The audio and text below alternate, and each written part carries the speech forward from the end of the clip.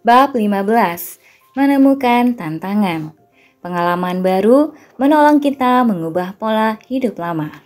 Dewa perusak. Dalam agama Hindu terdapat 3 dewa. Yang pertama adalah Brahma, sang pencipta alam semesta. Yang kedua adalah Wisnu, sang pemelihara dan pelindung semua ciptaan sang Brahma. Dan yang ketiga adalah Siwa, dewa perusak. Menurut agama ini, Siwa adalah kekuatan yang positif, karena hanya melalui kematian kita dapat memulai siklus hidup yang kreatif. Sebagaimana burung punik lahir kembali dari abu, demikian pula kita dapat memperbaharui diri kita. Hidup ini tidak selalu digambarkan sebagai satu garis lurus yang menghubungkan hari demi hari berikutnya, melainkan sebagai satu siklus seperti pergantian musim. Bayangkan diri Anda sedang berjalan di tengah hutan pada hari yang dingin di musim salju. Ketika sinar matahari sedikit sekali nampak, pemandangan di sekitar kita serba putih dan coklat yang merupakan perpaduan antara salju dan tanah. Bahkan pada saat itu tidak nampak daun atau rumput yang hijau. Semua pohon kelihatan seperti mati dan tidak ada nafas kehidupan di dalamnya.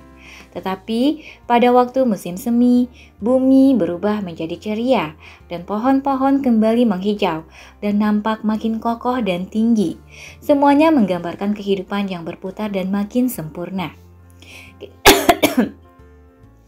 Kita juga ingin menjadi seperti anak-anak lagi, guna merasakan kegembiraan akan hidup yang baru. Setiap kali kita menghadapi tantangan yang baru, kita akan memasuki sebuah lorong kehidupan. Biasanya kita tidak dapat meramalkan konklusi, atau bahkan apa yang akan kita alami di sepanjang jalan.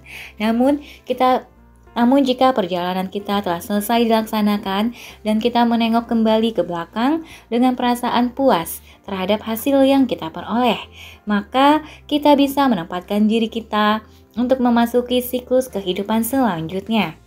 Sebagaimana anak-anak merasa takut ketika meninggalkan rumah menuju sekolah untuk pertama kalinya, kita juga merasa cemas pada saat meninggalkan rumah untuk memulai kehidupan kita sendiri ketika kita menjadi dewasa. Kita sering memasuki lorong kehidupan dengan perasaan takut, tapi juga merasa senang karena kemandirian kita. Lorong itu merupakan tempat bertemunya berbagai macam emosi. Kita merasa khawatir dan takut gagal, namun kita juga merasa senang karena memperoleh peluang untuk meraih sukses. Kita dapat membayangkan kehidupan ini seperti anak tangga rumah yang berbentuk spiral dan melilit ke atas. Jika kita merasa limbung, kita dapat berhenti sejenak dan menarik nafas panjang. Pada saat kita mengalami sukses, kita dapat beristirahat seakan-akan berada di atas panggung untuk menikmati kepuasan atas keberhasilan kita. Dengan segera kita akan merasa senang karena sukses kita menjadi hal yang sudah rutin bagi kita. Tapi perlahan-lahan kita akan berhadapan dengan emosi yang saling bertentangan. Kita merasa puas dengan kemenangan kita, tapi kita gelisah untuk menerima tantangan berikutnya. Jika kita tetap berdiam diri, mungkin kita akan merasa aman dan nyaman. Namun, kita akan berada dalam bahaya, depresi, karena mengalami kebosanan. Keamanan diri kita juga akan menjadi suatu ilusi kalau kita berpikir bahwa jalan yang aman akan melindungi diri kita dari hal-hal yang tak terduga. Pola yang dapat diramalkan.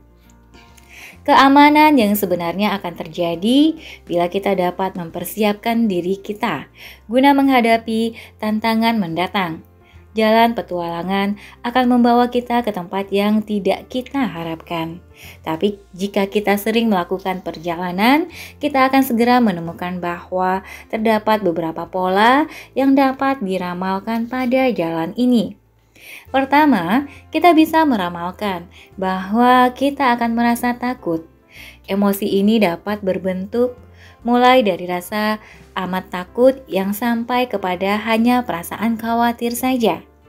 Mengapa kita sering gampang merasa khawatir? Barangkali ini merupakan suatu perlengkapan hidup guna menjaga keselamatan diri kita. Jika kita tidak merasa khawatir, mungkin kita tidak akan mengenal permasalahan hidup kita sampai saatnya sudah terlambat bagi kita untuk menyadarinya. Namun kita perlu khawatir secara produktif. Apa yang kita cemaskan harus dapat mempersiapkan diri kita untuk menghadapi kenyataan yang tidak menyebabkan kehancuran bagi diri kita. Seringkali kita merasa khawatir tanpa alasan yang jelas. Ini merupakan reaksi untuk menjaga keselamatan diri pada abad primitif. Mark Twain banyak dihormati orang karena berkata, "Separuh dari apa yang saya khawatirkan tidak pernah terjadi." Bagi kita pada umumnya, hampir semua yang kita khawatirkan tidak pernah terjadi. Kita perlu mengatur perasaan khawatir kita sehingga kebingungan kita dapat meningkatkan sukses kita. Jika kita menderita sakit, kita perlu merasa khawatir sehingga kita mempunyai masalah.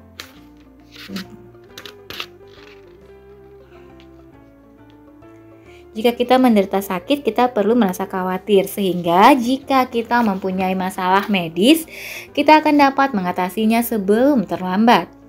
Bila kita ingin mencapai suatu tujuan yang penting, kita dapat menciptakan perasaan mendesak yang akan mempersiapkan diri kita guna menghadapi tantangan. Kalau kita merasa takut melakukan kesalahan, kita dapat mengambil langkah yang lebih berhati-hati. Pada suatu hari, saya mengajar anak laki-laki saya yang paling tua untuk menangkap bola. Setiap kali saya melemparkan bola kepadanya, dia selalu gagal menangkapnya. Ketika itu, saya tahu bahwa dia sudah frustrasi dan pengalamannya tidak membantu meningkatkan citra dirinya. Kemudian saya pergi meninggalkannya selama seminggu untuk acara kuliah keliling. Ketika saya kembali, kami mencobanya lagi. Kali ini, dia berhasil dengan baik sekali. Lalu saya bertanya kepada ibunya tentang sebab-sebab peningkatan keterampilan dirinya yang dramatis itu. Istri saya bercerita bahwa sudah lama mereka tidak berlatih secara bertahap. Pada permulaannya, bola itu diserahkannya kepada anak saya. Kemudian, dia mundur dan melemparkannya pada jarak hanya beberapa kaki.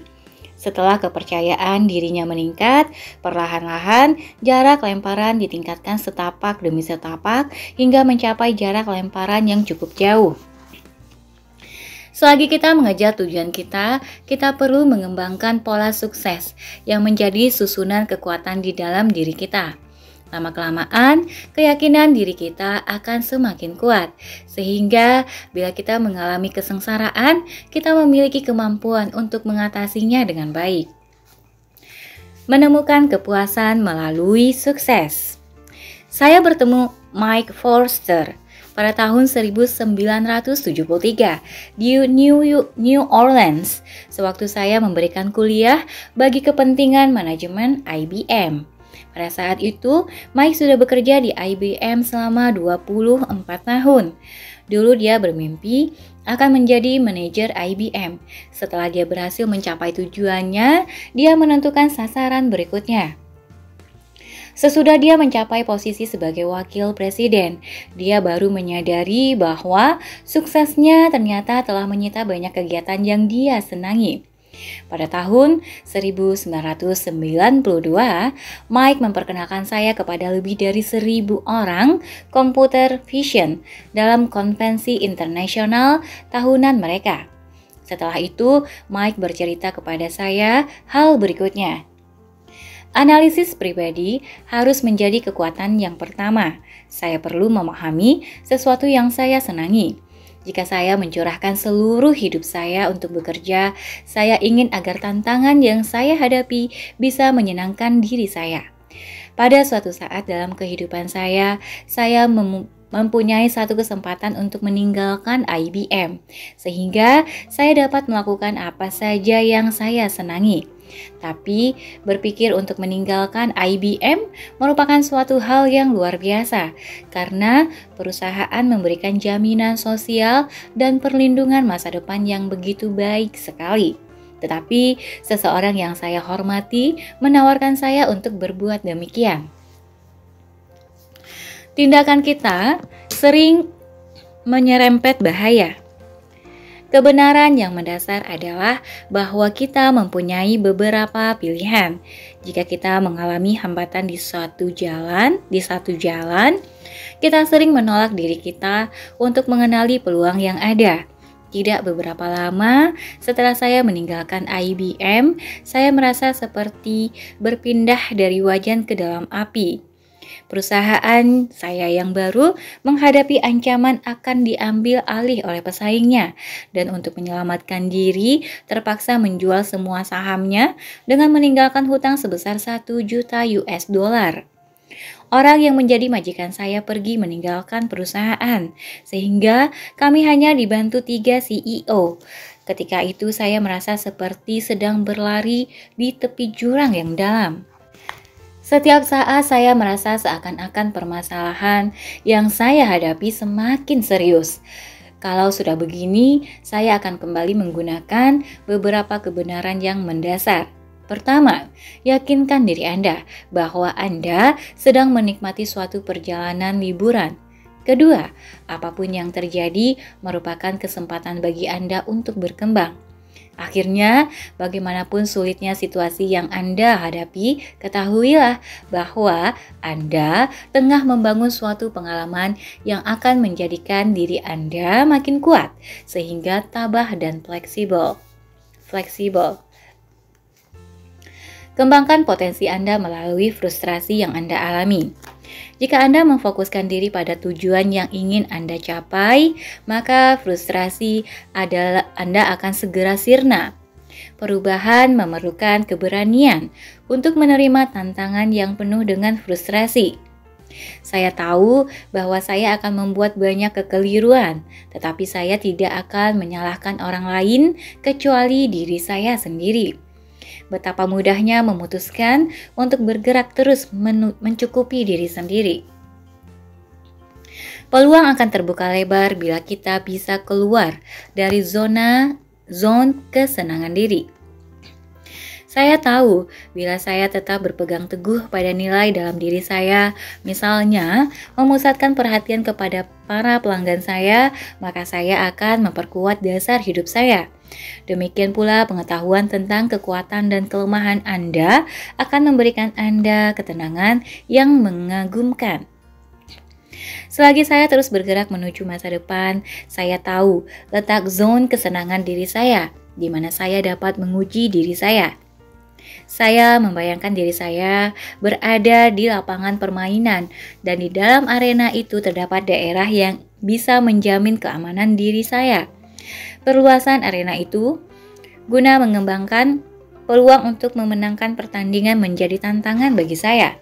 Jika saya merasa terlalu senang, dengan mudah saya akan bersikap negatif dan ingin segera menyerah, kalah bila saya mengalami frustrasi. Kemudian, asas hidup saya akan memperkuat ketetapan hati saya, sementara saya teringat pada apa yang sudah saya pelajari dan memahami nilai dari semua pengalaman saya. Kini Mike menjabat sebagai manajer benua Eropa pada perusahaan Computer Vision. Kemampuannya untuk bersikap objektif dalam memecahkan problem hidupnya telah membawanya pada sasaran hidupnya.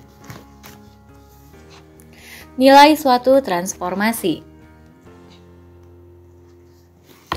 Setiap kegagalan selalu mengandung hikmah. Kegagalan bentuknya bermacam-macam. Misalnya pada bulan Februari 1990, usia saya tinggal sebulan lagi sebelum genap mencapai umur 50 tahun.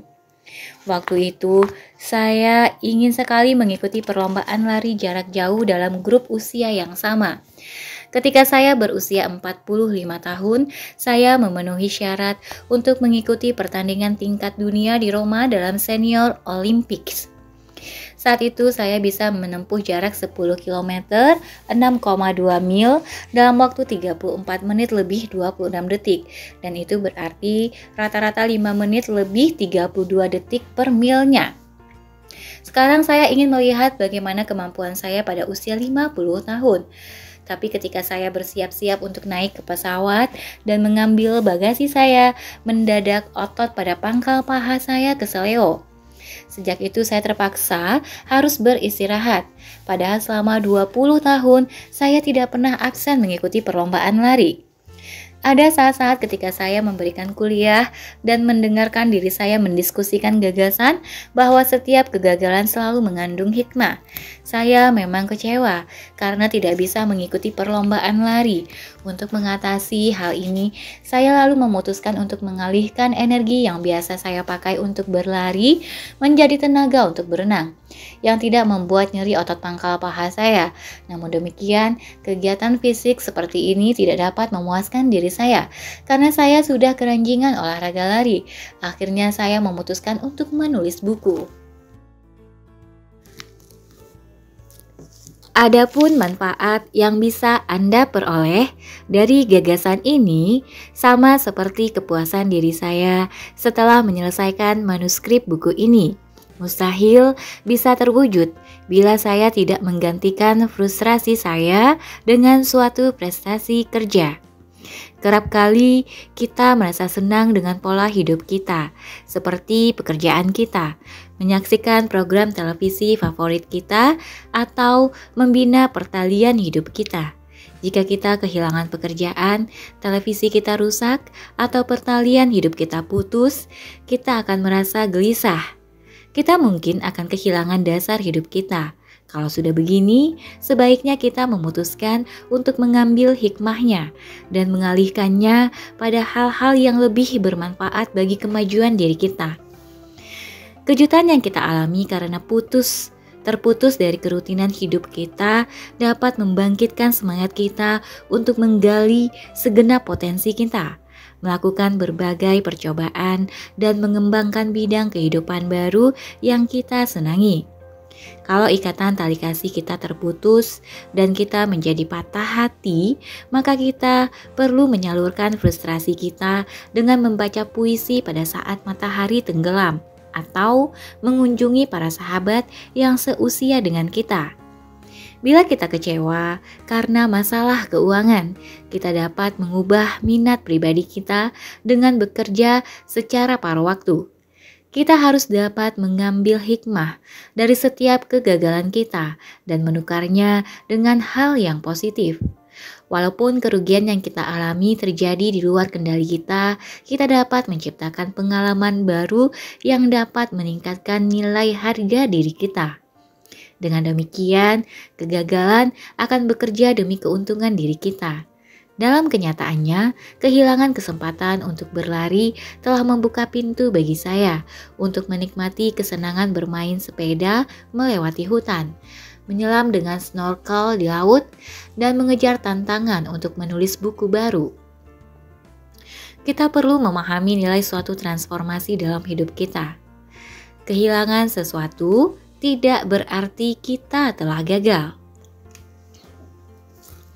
Pada tahun 1978, Tony Friend masih bekerja di IBM ketika dia mengkoordinasikan serangkaian kuliah yang saya berikan di Sydney, Australia.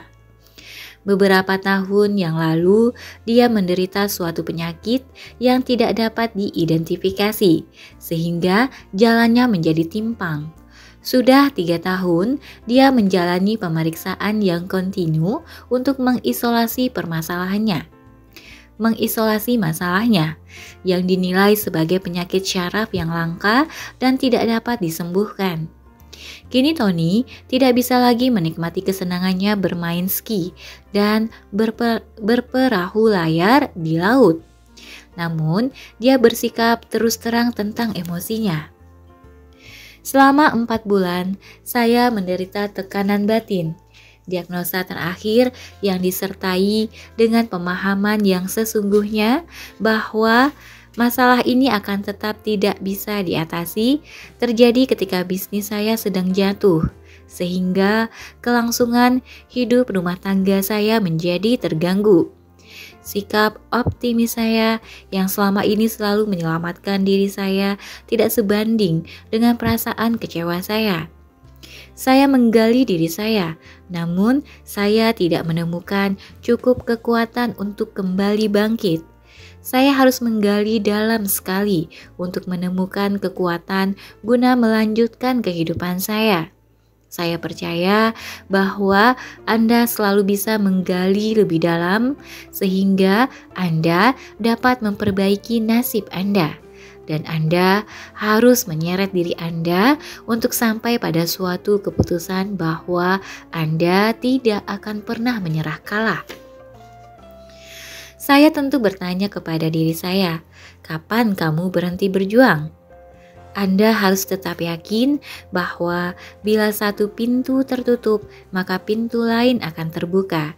Jika Anda terus membuat keputusan yang cerdik, maka Anda akan dapat memisahkan pikiran Anda dari emosi Anda. Sasaran pikiran Anda melindungi Anda dari perasaan yang akan menjatuhkan Anda. Kenangan sukses masa lampau bisa memicu semangat Anda. 15 tahun sebelumnya, saya masih berstatus sebagai penjual di IBM. Pada waktu itu, saya tidak dapat memenuhi kuota atau bergantung pada sesuatu yang dapat menyelamatkan saya.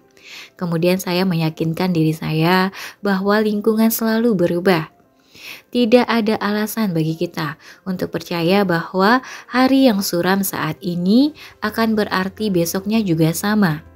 Jika lingkungan selalu berubah, maka Anda harus dapat mengenali munculnya berbagai peluang yang baru. Perubahan dalam strategi pemasaran di IBM telah memberikan kesempatan kepada saya sehingga saya merenggutnya dengan penuh gairah. Mendadak, pada suatu pagi, saya menggambarkan dengan pasti bahwa bagaimana perubahan strategi ini akan menimbulkan pengaruh yang kuat pada semua langganan saya. Pada pagi itu juga, saya berhasil memberikan 3 presentasi dan memenuhi kuota saya. Anda tidak boleh menyerah kalah.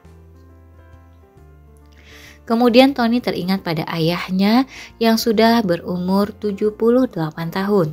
Pada usia 70 tahun, ayahnya terkena serangan jantung dan hampir saja meninggal.